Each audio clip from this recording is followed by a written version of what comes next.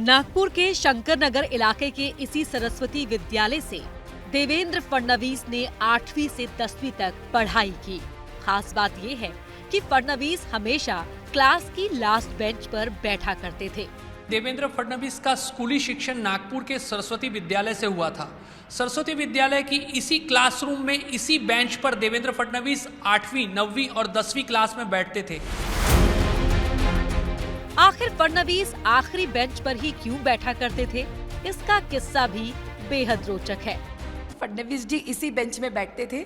कहा जाता था कि उस समय भी उनका पर्सनालिटी उतना ही डायनेमिक था, थोड़े से वो हेल्दी थे और टॉल थे, तो सारे फ्रेंड्स उनको बोलते थे कि आप सामने आके बैठो। लेकिन वो तभी सोशल विचार रखते थे, तो उन्होंने ये बोला कि social according to the social concept of the society मेरे वजह से किसी को तकलीफ ना हो, इसलिए मैं पीछे जाता हूँ। और बहुत सोबर आके वो पीछे बैठते थे। लेकिन एक जो साइकोलॉजिकल इम्पैक्ट लोगों में बना है कि लास्ट बेंचर यानी पढ़ाई नहीं करता होगा, इस चीज़ को भी उन्होंने मतलब नकारात्मक कर दिया। नहीं, उन्होंने सकारात्मक विचार ये दिया कि लास्ट बेंचर है करके कभी मत सोचना।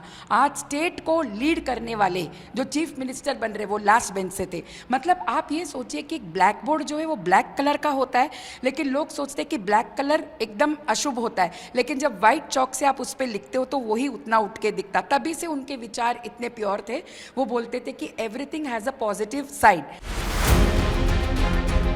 स्कूल छूट गया, लेकिन फडणवीस का नाता स्कूल से कभी नहीं छूटा। 2010 में जब 10वीं पास करने के 25 साल पूरे हुए तो फडणवीस कार्यक्रम में पहुंचे और एक बार फिर आखिरी बेंच पर बैठकर स्कूल के दिनों को याद किया।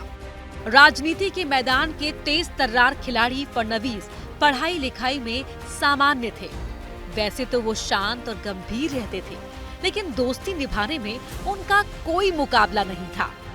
विद्यार्थी काल में अत्यधिक संवेदनशील थे और मित्रों के साथ में मिलजुल कर के चलने वाले रहने वाले मुझे दिखाई दिए।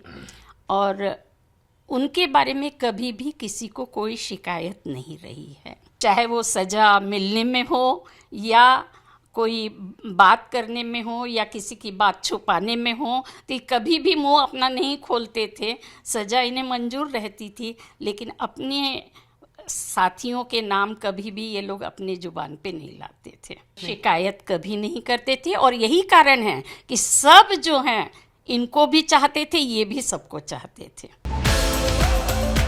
जिस वक्त फडणवीस स्कूल में पढ़ाई कर रहे थे, उनके पिता गंगाधर राव नागपुर से विधायक थे, लेकिन उनके हाव भाव में इसका कोई असर नहीं दिखता था। क्लास टीचर बता रही हैं कि उनके बर्ताव से ऐसा कभी लगता ही नहीं था कि वो एक विधायक के बेटे हैं। स्पष्टवादी तो पहले भी थे और उतने ही जितने आज वो सहज और सरल दिखाई देते हैं, ठीक इतने ही सहज और सरल उस समय में भी थे। से संपर्क रहा है उनका। और तो और जब कभी हम मिलते भी हैं तो उनकी एक मुस्कान बतला देती है कि वो अभी भी उतना ही हमें आदर दे रहे हैं।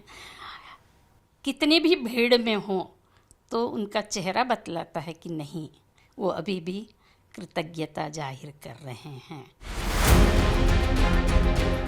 1985 में फडणवीस ने इस स्कूल से 10वीं की परीक्षा पास की। अब इस स्कूल का छात्र एक बार फिर राज्य में सत्ता के शिखर पर है। फडणवीस मुख्यमंत्री बनने जा रहे हैं। आज पूरे स्कूल को अपने इस छात्र पर गर्व है। उम्मीद है जल्द ही छात्र एक बार फिर अपने स्कूल में आएगा। एबीपी न्यूज के लिए नागपुर से रजत वशिष्ठ की report. For exclusive and insightful videos, subscribe to our new channel ABP Live Premium.